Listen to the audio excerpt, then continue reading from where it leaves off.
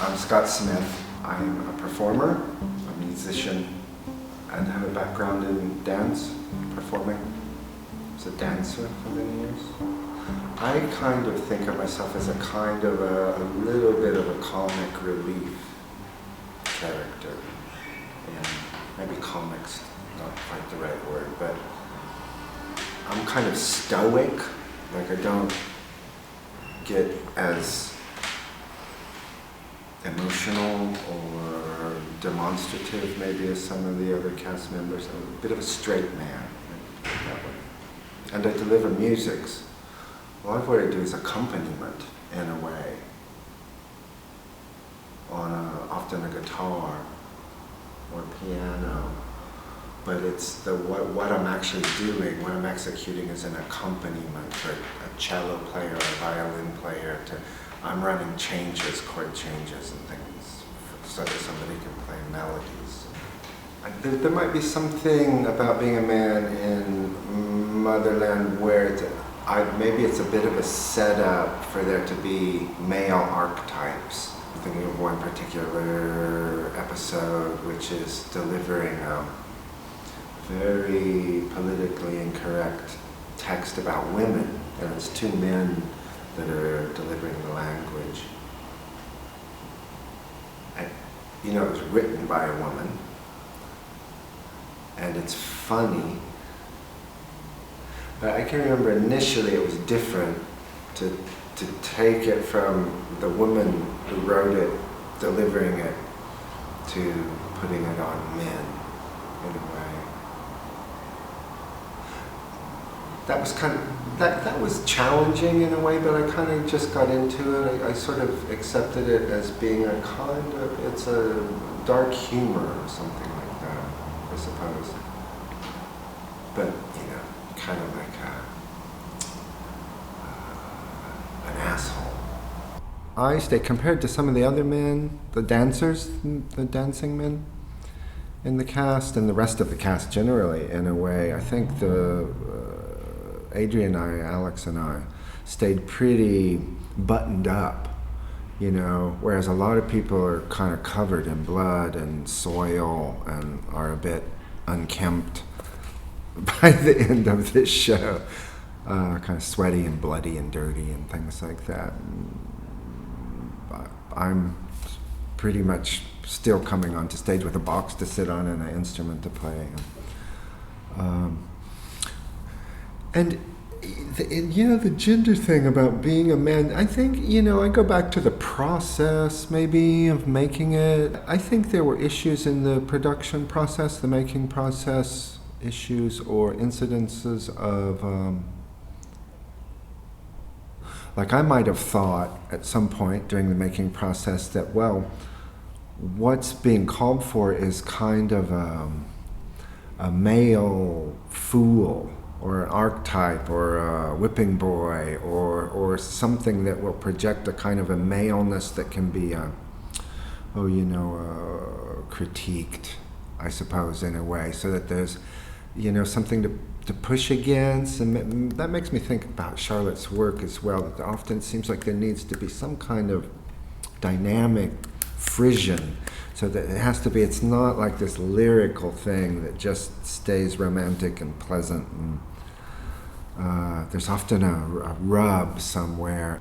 Just practical things in the making process where, this seems really familiar to me, that a group of people set out to make a performance, and that they can spend weeks, bouncing things around the studio and trying things, and the director's trying to, hone in on what she is making, what she desires to make.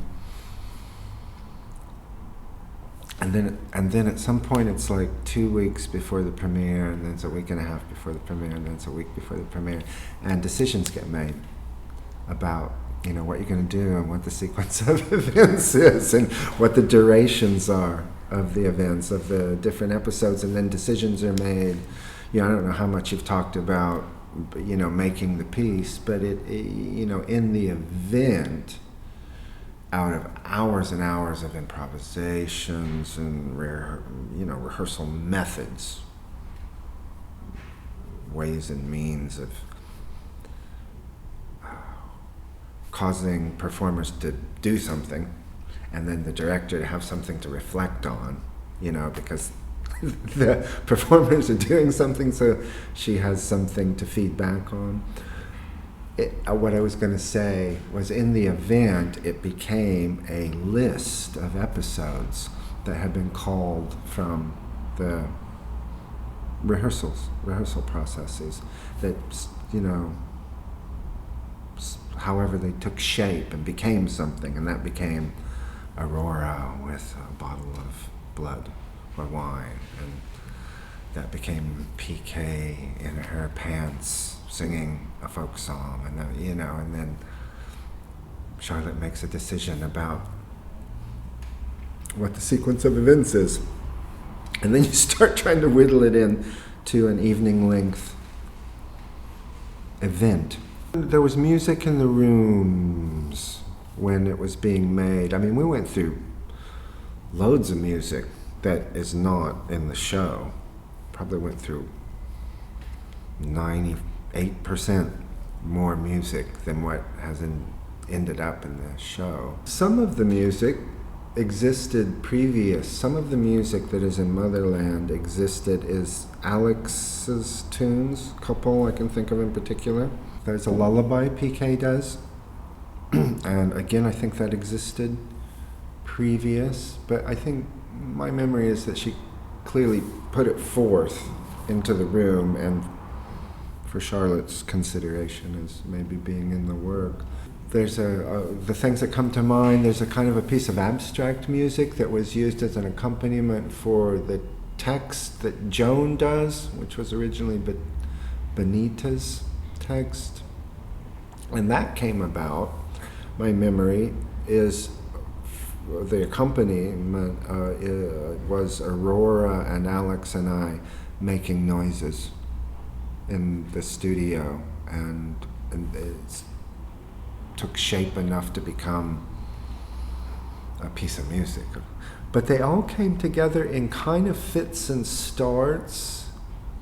I mean, really, frankly, there was a process of trying to determine an executive function. The production values generally this show in terms of lighting and costuming and things like that, those are all pretty much Charlotte's. She's the designer, she's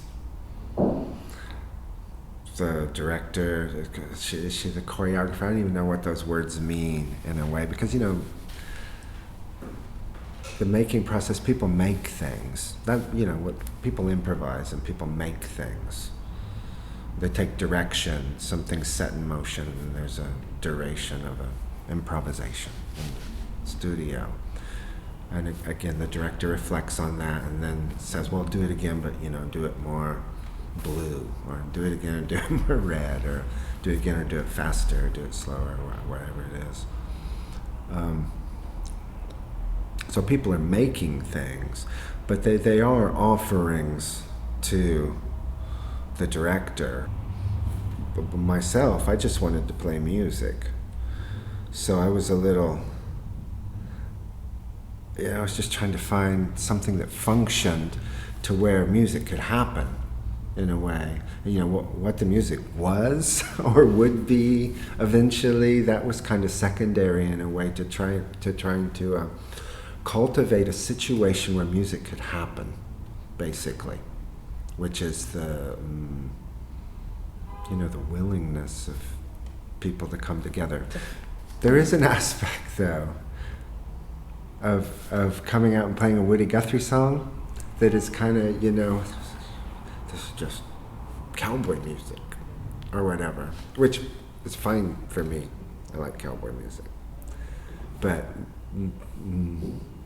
maybe there could be more artistically challenging music to be had. Not necessarily for this show, but in life. And, I survived the process.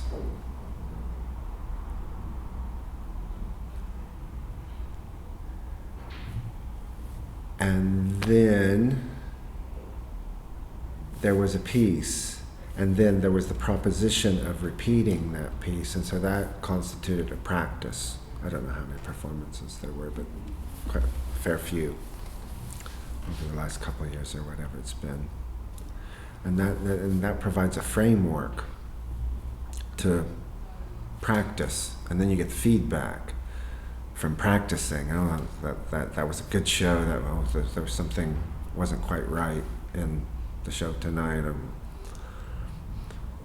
practice that, or don't do that again, or you need to remember, because you forgot tonight. And then that just provides a context for practice,